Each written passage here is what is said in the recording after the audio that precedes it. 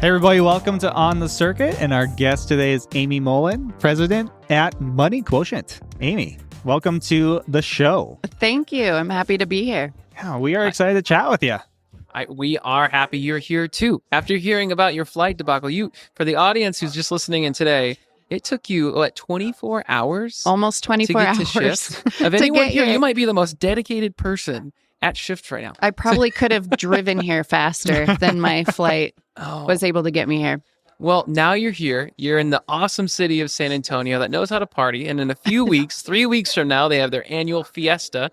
Not sure if you've ever done that in San Antonio. I have but not. The whole family's from here. And so it's kind of a big thing they do where they just all get together center of town and just have a great time for like a week. So my question for you, outside of traveling, which is something you obviously love doing for 24 hours, because who doesn't love being in airports for 24 hours? What's a good fiesta for Amy? A good fiesta for What's Amy. Is it just reading a book, hanging out with family, a grill out, traveling? What is a good fiesta for you? Well, it's funny you should say grill out, because I'm definitely a big food fan and I love to entertain at my house. And I just built a tiki bar in my backyard. What? That sounds amazing. I love to cook and have friends and family over. And yeah, hopefully the sun is out and play some music and just enjoy people's company and have good conversation. That's the first person. You're the first person who's come on who's had the exact same fiesta as me. So oh, yeah? Except I don't have a tiki bar. You completely one-upped my game there. What's the thing that you're grilling out when you're doing this fiesta? Well, I try to go with the theme, although when you have too much of the theme, then you get tired of the same cuisine. But I was doing pulled pork, or actually I was doing the hula chicken on the grill and then making sliders out of it. And a bunch of different like Hawaiian dishes, basically. And then I did that all summer last summer. And by the end, I was like, okay, I think we can have like normal barbecues now, maybe some burgers and steaks or whatever. But it's pretty fun to go along with the theme and have people wear leis, flower leis and stuff. Oh, yeah. Yeah. Yep. Yeah. We should consider that for the podcast. You know, make it more like a party. Yeah. Just give everybody a lay. Or something like that. That would be fun. We got to move this conversation on before I die from hunger. And there's a pretty prominent theme here. Yeah, I mean, I do. You tied that in so well. You've got themed cookouts. We've got a theme for the conference. Yes. So we're just segueing right into that. But at Shift, the phrase that we're using, human first, financial guidance. So I'm just going to take just that phrase and start us there. What's that mean to you? Human first. Human first. Yeah. That's a good question. It means so many things, and it's not easy to narrow it down to something specific. But I will say, I think that it's interesting to recognize the direction that behavioral finance has had over the years. I feel as though some of the original research that was done in behavioral finance and kind of the direction that it was going was to understand people's emotions and behaviors as a way of finding out how to nudge clients or somehow manipulate them into better behaviors or agreeing with perspectives or understanding beliefs and behaviors, attitudes as a way of kind of recognizing it, setting it aside in order to make more objective financial decisions. But when you're talking about human first, I think the difference between that kind of original perspective would be that rather than setting aside those client emotions and values, that we're actually taking them into consideration when deciding on financial strategies for them. So, for instance, you could look at a person's situation and say the best by the books financial recommendation for this person would be to continue paying their mortgage or something along those lines, the tax benefits that they get from that or whatever. But when you take into consideration that the client feels very anxious having that kind of mortgage debt, and even though they logically understand the financial benefits of not paying it off, it would not make those emotional concerns or anxiety go away by just understanding the logical piece. So when you're deciding on the best financial decision for that person, putting the client's interest first, maybe the best decision is actually to pay it off so that they can reduce their anxiety and feel more content and happy with their life. I love that you got so specific with that example. That helps to illustrate it so well for me. And I know that one of the things that you do at Money Quotient is you help to implement like life planning processes with firms. So Yes. I think from everything you're just saying, like it's important to have a really solid process to navigate through those types of conversations, or else you're just kind of approaching it fresh every time. So how do advisors even go about, how do you help them go about creating that set process so that they can get into those conversations knowing that they're going to lead to the right type of outcome? Well, it's kind of tricky because people's emotions, the context behind people's emotions, like why are you feeling anxious, often reside in our subconscious brain. So a person can tell you, I'm feeling very nervous or anxious about my financial life, but they may not necessarily be able to pinpoint where that's coming from.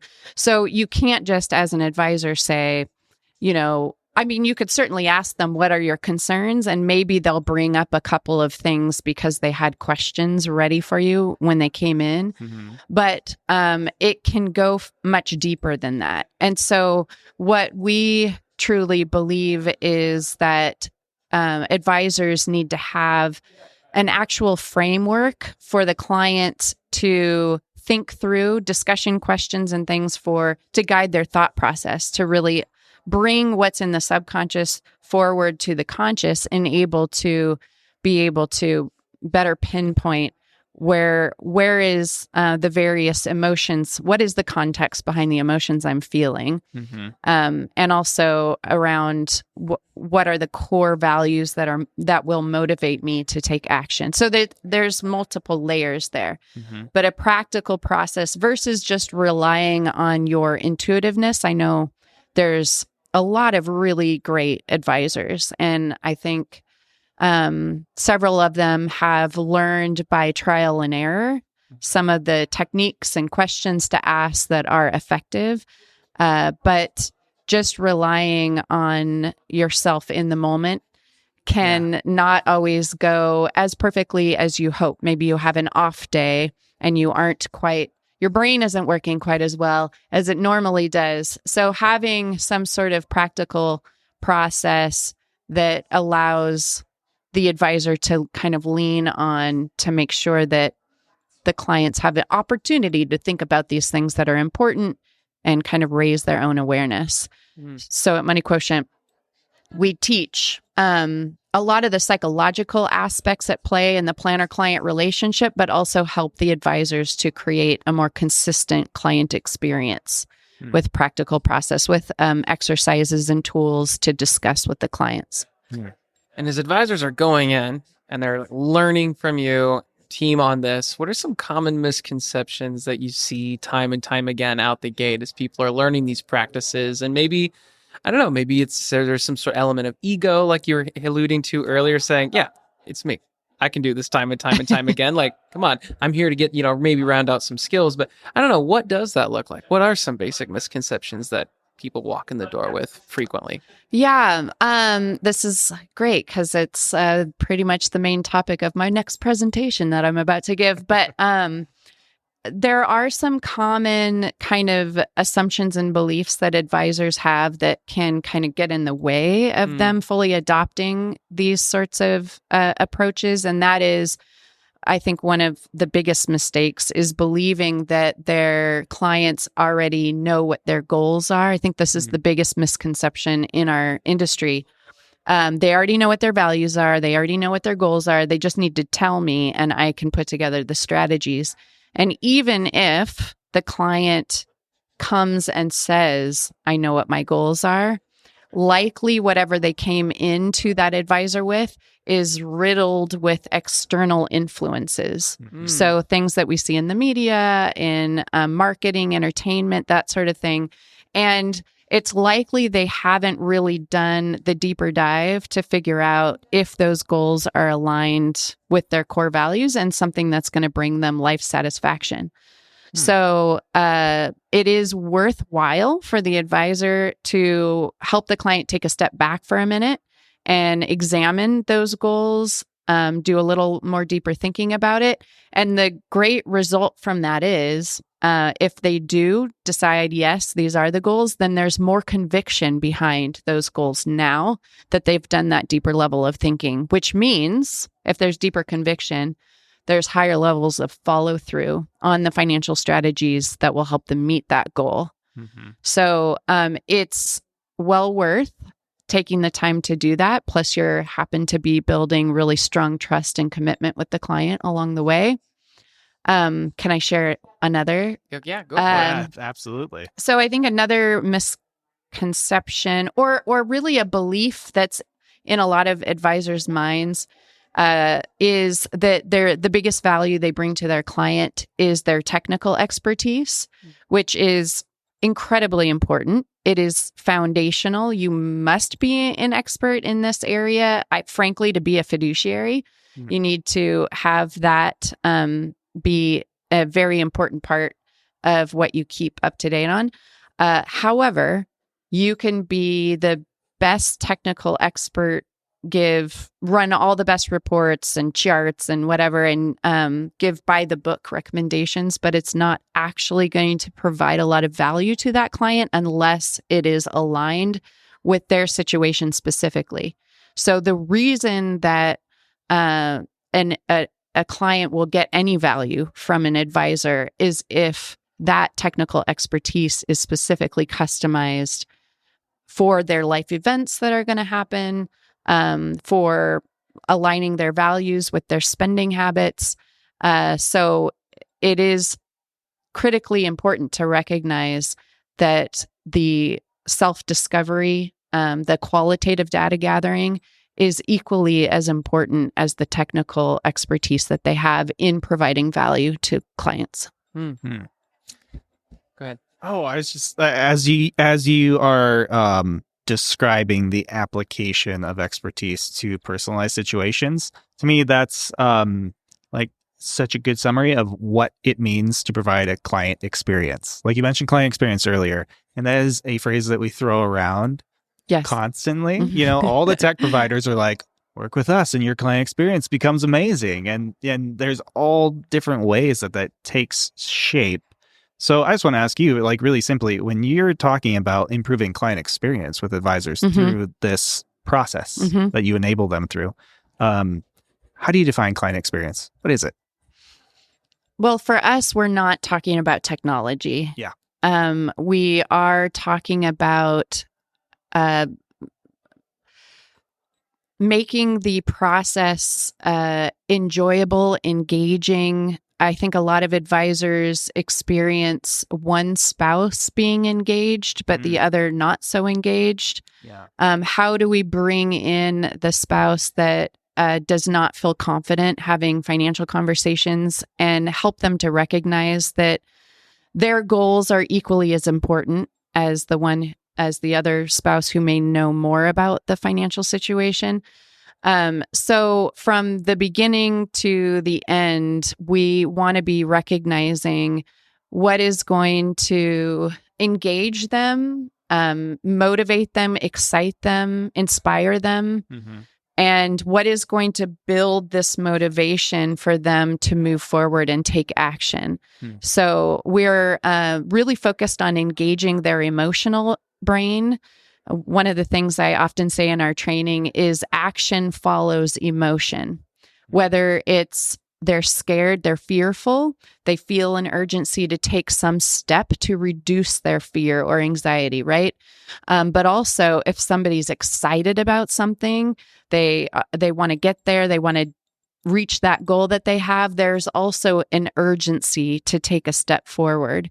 It's when people feel neutral about something where there's not a lot of motivation to move forward. And oftentimes when we're just focused on talking about financial service areas, they may understand logically what you're talking about with your analytical brain, the part of your brain that understands language, definitions of language. They may understand what you're saying, but it doesn't necessarily build any sense of motivation to or urgency to move forward and take action. So we are really kind of tapping in on things that inspire them, passions, but also things that they're scared about, concerned about.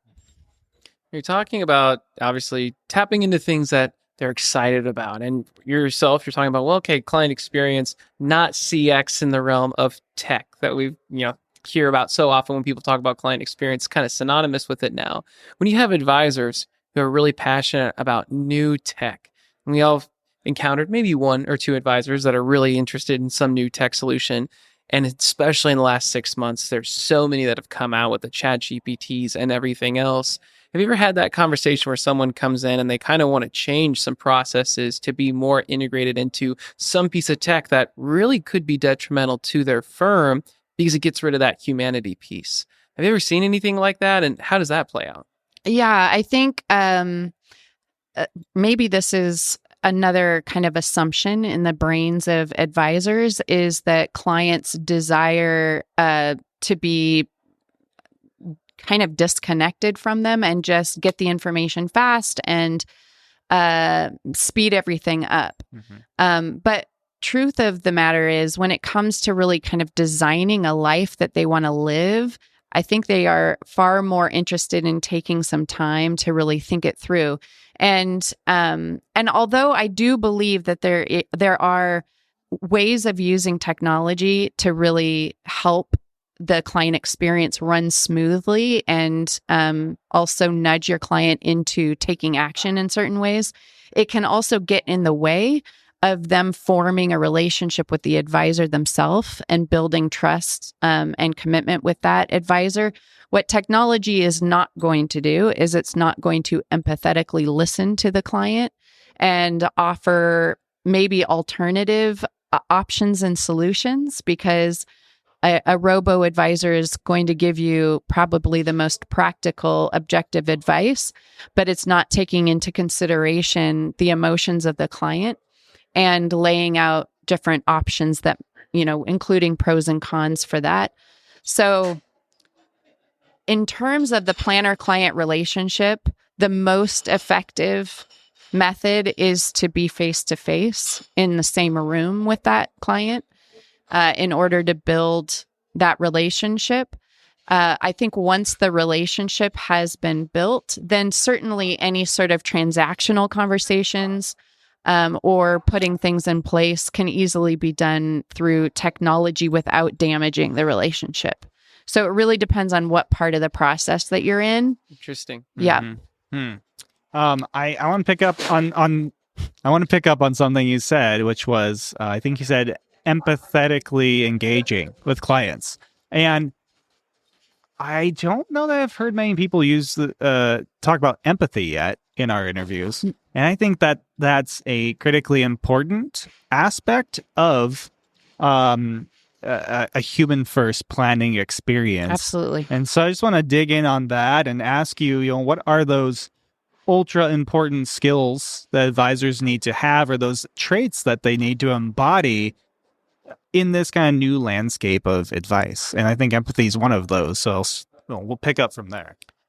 This is an area that I think advisors can continue to learn and improve on. And there's a lot of ways of doing that. I mean, there's a lot of books and workshops and trainings that help to offer ways to essentially train your brain to listen for certain qualitative type information. This is more of the empathetic listening that we're talking about. So in our typical educational programs in personal finance or financial planning, CFP coursework, all of that, we are taught to listen for problems in order to provide solutions. And we're not really trained to read between the lines of what our clients are sharing with us to identify what our core values or identify maybe their learning preferences and various kind of emotional aspects of what they're sharing with us. So it does take some practice and training, but with repetition, you are turning on your reticular activating system in your brain, which allows you to recognize certain information more readily. So the reticular activating system will allow you to bypass information that it doesn't feel is important for you to recognize. This is a survival part of our brain, because if we were to recognize every color, sound, movement around us, light, dark, all of these things, it would be overwhelming for our systems and we wouldn't be able to kind of process and react fast enough. So our reticular activating system will bypass information, and then it will zero in on what we've kind of told our brain is important for us to recognize. So in typical training, we've been telling our brain, find the problem so we can offer solutions. And essentially you can train your brain further to recognize this qualitative information that might bypass you initially. So there's ways to strengthen your empathetic listening skills and learning how to be with people, support people while they're feeling emotional is incredibly important skill. I think that we need to spend a little more time focusing on and learning, because you will not get through your career as a financial planner without having multiple experiences with crying and maybe anger and maybe fear and frustration. And so it's kind of part of the job, I think, to work to improve on our abilities to be comfortable with others sharing their emotions too. And you said there was like practical steps that could help people get better at that. Yeah. What's one? Well, one of the ones that we provide and teach at Money Quotient is we actually have a resource that we call post-meeting reflective questions. And it is a number of questions that in several different categories that an advisor would actually ask themselves, reflecting back on the conversation that they just had with their client, as a way of trying to pull out more relevant qualitative information, because it's likely that they just moved on with their conversation, right? They're talking about something, but they're like moving on to the next topic without really thinking about it a little bit more deeply. So post-meeting, if they run through this list of questions and reflect on that conversation, they can typically pull a lot more really great information out of it than they originally thought that they did. And by doing that, several times with the post-meeting reflective questions, they are telling their brain, this is important information that I want to recognize more readily. So over time, it becomes a lot easier for that advisor to pick up on that relevant information in the moment versus after the meeting.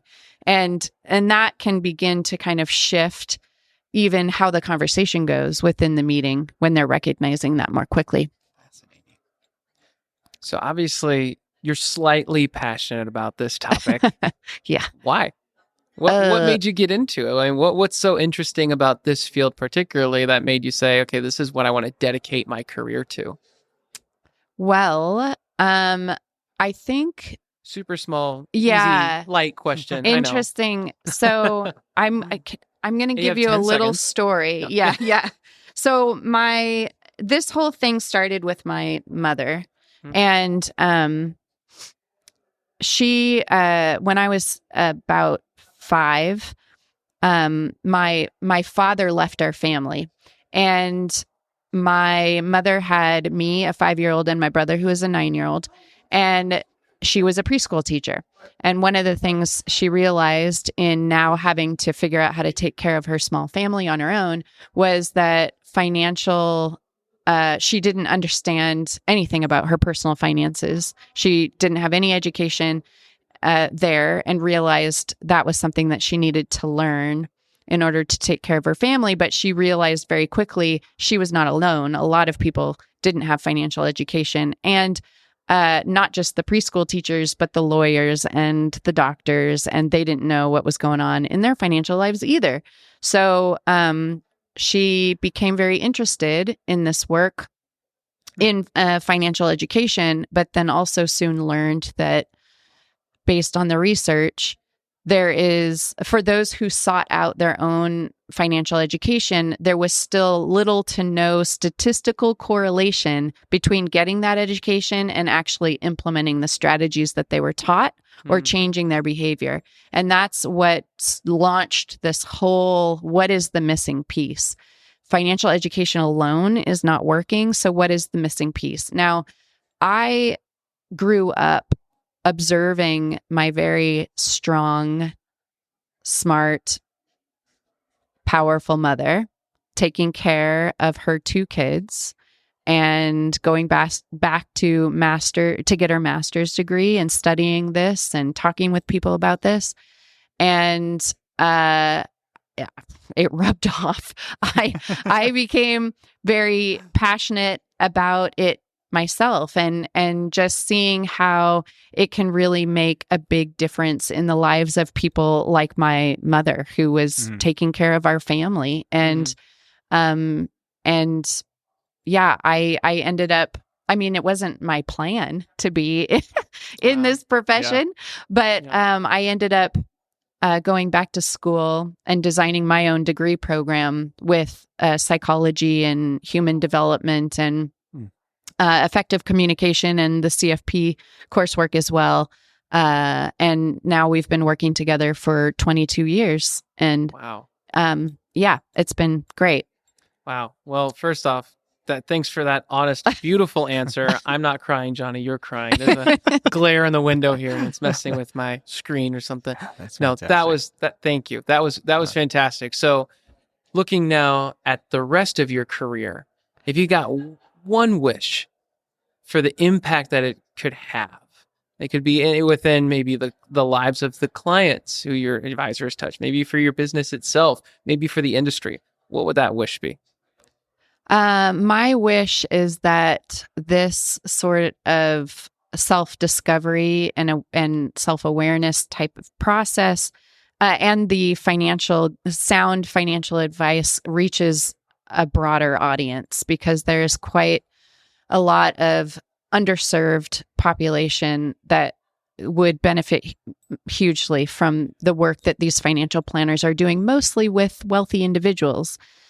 So there's a big kind of middle market that does not have a lot of resources, a lot of trusted people that they could reach out to help in this area. There are financial counselors on one end of the spectrum and financial planners on the other end of the spectrum, but many of those in the middle are relying at people at their major banks or something like that. So I'm hoping that we see this work getting to more of the underserved populations soon. That's part of what I'm hoping to help with too. Yeah. Oh, that's fantastic. I think we echo that sentiment. I think we all want to see this industry embrace that and do and provide that for people and just provide that accessibility. So thank you, Amy, for sharing your time with us today. It was fantastic to talk with you, and I appreciate you being a guest. Thank you. It was fun. I appreciate it.